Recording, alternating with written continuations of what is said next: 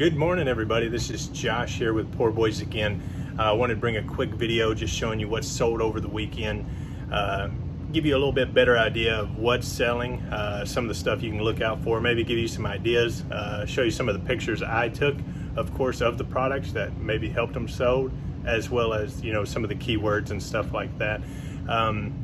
Before we get all into that, I wanted to kind of go over a couple things with everybody. One is I've been picking up these loads from a new friend kind of here that does a lot of estate liquidations and stuff like that.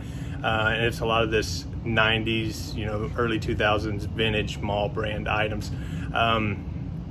There's about 4,000 of them or so, and I'm listing them, and as they sell, I pay them. It works out pretty good for both of us. They don't want to mess with getting rid of them, and works out perfect for me because it gives me an extra backstock of inventory here.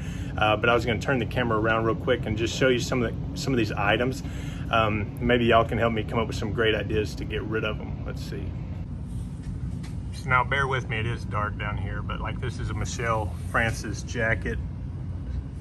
It's a blue. It's a lot of the like cardigans and jackets and stuff like that, like a crazy amount of these Coldwater Creek. That's one of ours actually, picked up somewhere. Let's see here, another Coldwater Creek. This is actually leather. And like a lot of this stuff, when I look it up, there's not a lot of necessarily comps out there because there's not any good ones left, you know. A lot of it's gone, which I've been listing it, you know, most of it in the 20s or so range. But there's a nice little Chico's kind of jacket, which it's a lot of this older stuff. Do you think this stuff is going to sell well, or do you think it's going to be a harder sell? Like I said, it's just a ton of these like cardigans and blazers and jackets, which I actually picked up this Tommy Bahama long sleeve from there. So there is some other stuff mixed in with it, of course. Polo, Ralph Lauren, reference print. A lot of these companies, when I look them up, they're almost impossible to find. I grabbed a lot of the Chico's. I grabbed a lot of the Chico's multicolored prints and stuff last week because these have actually been selling pretty well for me. But all the blazers and cardigans and stuff like that, do y'all think there's a big need or a big desire for a lot of that stuff out there? Just kind of curious, I guess. All right, so first thing, like I might have told you before, I've been in the sales world for a long time, so I like a little bit of that Monday morning motivation. So I was trying to think of good ideas and topics to discuss. And what I kind of came up for today is there's three real principles, I think, behind any business that will make it more successful. These three things also are great for your personal life or pretty much anything you're doing. If you apply these same principles to it, I think it will make it a better experience, a better for you experience, and you'll make the most out of every experience. So the three principles I think you should pretty much run your business by is consistency, content, and sales. Now I'll break all three of these down individually at some point in time, but for the first one we're going to talk about consistency today. Now I know you're going to think, oh, I've heard from every YouTuber out there I should list 4 or 5 items a day, blah blah blah. I'm not talking about that. The verdict is out whether or not that is the best strategy, but I think consistency is key. Whether you're listing, you know, 5 every Sunday, 10 a week, whatever it is, as long as there's some form of consistency to it, it'll give you numbers and figures that you can work and build from and grow from. The definition of crazy is doing something repetitively, expecting a different outcome. Well, with consistency, you're able to get manageable and, you know, trackable figures. So if you're listing 15 a week and you're selling 3 a week, ideally over time that's going to grow because your inventory is growing.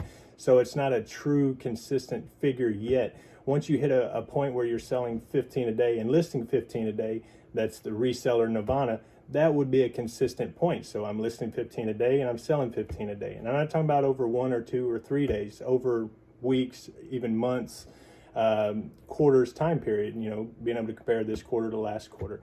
But keeping everything consistent, from the way you take pictures to, you know, the way you ship, label, everything like that, will allow you to be able to track those figures on how long it takes you. So if you're, you know, listing 10 items a day and it takes you 2 hours, then you know when you're growing your business or you're growing that role that you can go back and hire someone, and ideally they should be able to produce that same amount, 10 pictures, 10 listings in 2 hours.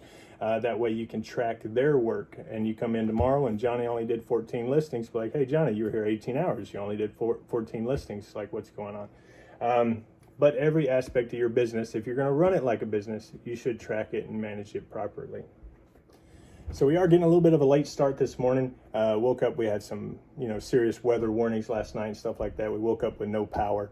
Got a nice little video of my wife, making a pot of coffee this morning. Check it out. What are you doing? What are you doing, babe? I'm making coffee. Yeah. Our power's out. All right, but jumping into what sold over the weekend, I got a few things in here from Friday. Sales were pretty slow. They're almost dead for me on Sunday. It's kind of embarrassing, but consistency. If you look down right now, I'll show you a picture here. My last 2 videos averaged, I think, 110 views, right? So this is my 3rd eBay video, and if you look down at the views is under 100, I don't want you to smash nothing, don't like nothing, don't do anything. But if you look down and the views are over 110, will you please smash that like button? I want to see how much this consistency actually pays off for me. Now, I'm gonna go through the items, and I'll throw a picture up here. Ideally, you can see the keywords I use. You can see the kind of price range I was looking for, what it sold for. And just give you an idea of some of the stuff that's actually selling. Now, I was really surprised this weekend. We sold a lot of summer stuff. I've been selling more long sleeves, stuff like that. But this weekend, we actually did a lot of summer stuff. So some of the stuff I shipped out, Saturday morning is this Chico's Travelers top. I don't know if you guys are looking for Chico's out there, but Chico's Travelers is extremely popular right now. I think it's that time of year, the fall, the slinky fits. This one had a little bit of an Italy print. I've been picking up a lot of that stuff from the deal I worked out, so I'll keep doing that. The next one here is this Case XX Trapper knife. I'm gonna try to throw some pictures up there. This is actually, I started this business from nothing. The clothes off my back, the clothes we had here, and we're trying to grow it. So at this point right here, we have put no additional money into it, just what we've made and what I've been able to turn and flip so far. And I'm going to keep growing it, and it's going to be impressive. So make sure you hang around for the ride. But this Case XX ride, I used to own a hobby shop, and I had a whole case. You might have walked into a lot of your old stores and they'll have a whole case of these Case XX knives out there. Well, this was one of them I had left over, and I had a $260 price tag on it from my store. So these have went down in value, but the reason I included it in this is I want you to be on the lookout. So if you're a clothing seller, knick-knack seller, it doesn't matter what you do. If you're a reseller and you make the trip 45 miles or 30 minutes to go to your local thrift store like I have to, it behooves of you to actually look around at some of the other stuff. You shouldn't niche yourself down to the point where you can't make any profit. If you're going to stores and not finding anything, then you need to expand your horizon a little bit so you can still pick up money, so you can still turn stuff, you can continue making profit. I'm gonna be blunt with you. I think clothes is extremely saturated market, but it is by far one of the easiest to find, but it's definitely the most time consuming and least reward on benefit there. So I definitely don't think it's one of the best ones at all. Based on my situation out in the middle of nowhere, I need to get inventory, and there's abundant amounts of clothes, but there's not a whole lot of other stuff. So I'm going to grow it into other aspects as we keep going here, but I'm trying to get myself to a consistent point to where I can grow. I don't want to grow until I can get myself to some kind of consistent income there. The next thing is this Costa fishing hat. I actually picked up a whole handful of these at a yard sale, most of them brand new with tags. I want to say I paid $1 a piece for them. These things are actually flying off the shelf. I've been listing one a day, just the consistency. I just pictured them all and I schedule them out one a day. And it seems like they've been selling almost the next day or the third day after I list them. And I'm not asking cheap prices. I'm asking, full price for these hats. So that's kind of nice. I sold this North Face jacket, men's small Apex bionic coat, soft shell black cinch waist. This went for $488. Sold it a little bit cheaper. You can definitely get a little bit more money out of these North Faces. This one was pretty worn. The hook and loop tabs on it were pretty worn. It had some nice wear to it, and I probably got top dollar for it at its current condition, if that makes sense. Let's skip ahead here to some of this. Next is these Johnston and Murphy pants. One of the things I've been doing to try to grow my business is I've been exploring other avenues to get inventory, because right now I'm consistently listing about 15 a day, and I would like to grow that. I'd like to get it to about 25 or so, just to speed up the growth process. I'm trying to get my sales a little bit higher before I take that next step, but it's definitely close. But anyways, I went to this new thrift shop, and I found these, and they didn't have any tags on them or anything like that. There was a whole section of them, so there was probably about 15 pair of them. I said, how much are these? They said $2, and I was like, well, I guess I gotta buy them all. But anyways, look up comps and stuff. There's a lot of them selling for, $15 to $18, but these are nice, expensive pants. So the people listing them obviously don't care about that. They're just trying to hurry up and quick flip. And that's the difference between a business and just trying to flip stuff and make some money. With a business, you need to have a rhyme or a reason to why you price your stuff, where you price it. That way you can replicate it, because everything I do in my business, I'm building it out as if I'm going to replace myself with someone else. So just because I got these for $2 don't mean I'm always going to get them for $2. And just because some have sold for $15 don't mean they're worth $15. These are nice quality pants. So I list them for $22, which ain't a huge difference, but they sold almost immediately within a day or two there. And same thing, I got all of them, so I've been scheduling them out one a day, which kind of hurts me on stuff like this in some points, I think, because that guy might have wanted 2 pair of them if there'd have been 2 pair of them. But next is these American Eagle short shorts, size 12. I threw Barbie core in there. They're pink, of course. They sold rather quick. Looks like about a week or two for $12. Nothing expensive. I got this from the bag day at my local thrift shop here. You fill a bag for $5. I usually get about 25 items, and they're usually about that level. Nothing great, nothing horrible, but it's usually out of season items and items they can't sell in their thrift store. So, but $5, 25 items, I'm not gonna pass it up. I'll be there every week. Next is these Polo Ralph Lauren chino shorts. These ones, I was just looking through the racks, and they stood out to me. Of course, they're like a weird, faded purple color, which is kind of different, but they have these nautical knots all over them, the different types of knots. So I assumed that they would have some value to them, and I went ahead and picked them up. I think they were $2, sold them for $16.50. I'm cool with that. Best offer. Next is a bolo. If you guys don't know, if you haven't already seen it, is these Fair Harbor swim trunks.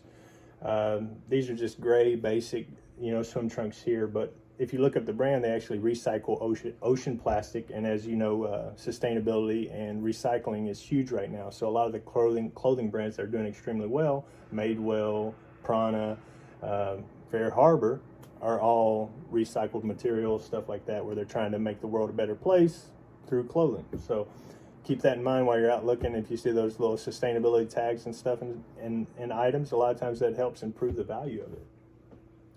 But anyways, these sold pretty quickly. $19 best offer is I sold it too cheap, and the reason I sold it too cheap is, I'll tell you. I had them listed, I think, for about $26. I think that's the average sold price over the last 3 months. It was about that 20 to 26 range. I got an offer for 15, which is kind of a lowball offer for them, but I went ahead and countered at 20. And I was thinking in my head, 20 is about the lowest I'd want to take for them. I honestly think I could get 26. These have only been listed for like 2 days. And when you're doing business, you got to have everything in a system, or do it a certain way. I guess, what do you call it? What were we just talking about? Consistency. Being consistent. So every time you send out an offer, try to send it out for the same prices, or something that you can manage. So if you do it on the computer, you can do it by percent. And I think that's the most consistent way to do it. But anyways, he countered back at, I want to say 18 or something. And I just went ahead and declined the offer, because I was like, I don't even really want to sell him at 20. So I just declined it. Well, anyways, he came back and offered $19. And I was like, oh my God. All right, I'll just ship them. And right now there's a lot of YouTubers out there that are selling shovels, And when I mean selling shovels, anytime you see when there's a big, huge drop shipping craze, there's a lot of YouTubers helping you sell stuff online, drop shipping. Whenever pressure washing, there's a million guys on YouTube right now teaching you how to pressure wash. Clothes right now, there's a lot of guys on YouTube teaching you all about clothes. I'm one of them, but I'm going to teach you a way different way than everybody else is, and I'm not going to ask for any money. I'm not going to show you any ads. I'm not going to do anything crazy like that. So just hang out, try to learn something, and we'll get better together. Next one here is these Ralph Lauren capris, another bag sale item. These actually have little buckles around the waist of them. They're capris. So the consignment store, I picked up like 10 pair of, capris, Ralph Lauren capris, and similar brands, Cato and Chico's. They were just getting rid of those. They were in the area for the bag sale because they're not selling them. They're going out of season, I guess, so they got rid of them. But just off these one pair of pants, I made my money back for the entire bag plus a little. And that's one of the things you're going to see a big difference when you're buying items. And I prefer to keep my cost as low as possible. That way, even if it doesn't sell, I have to donate it. It's not a huge expense for me. Or if I sell one out of 25 items and make all of my money back, I can't go wrong. Next here is this Derek Hart skirt, women's large boho festival maxi skirt, tiered floral hippie.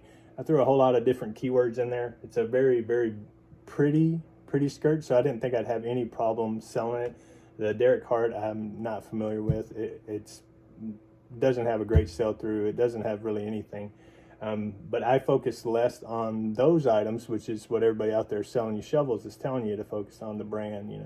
Don't pick up Derek Hart. It's probably horrible. I picked it up anyways because it was a nice skirt, a great pattern, colorful, bright.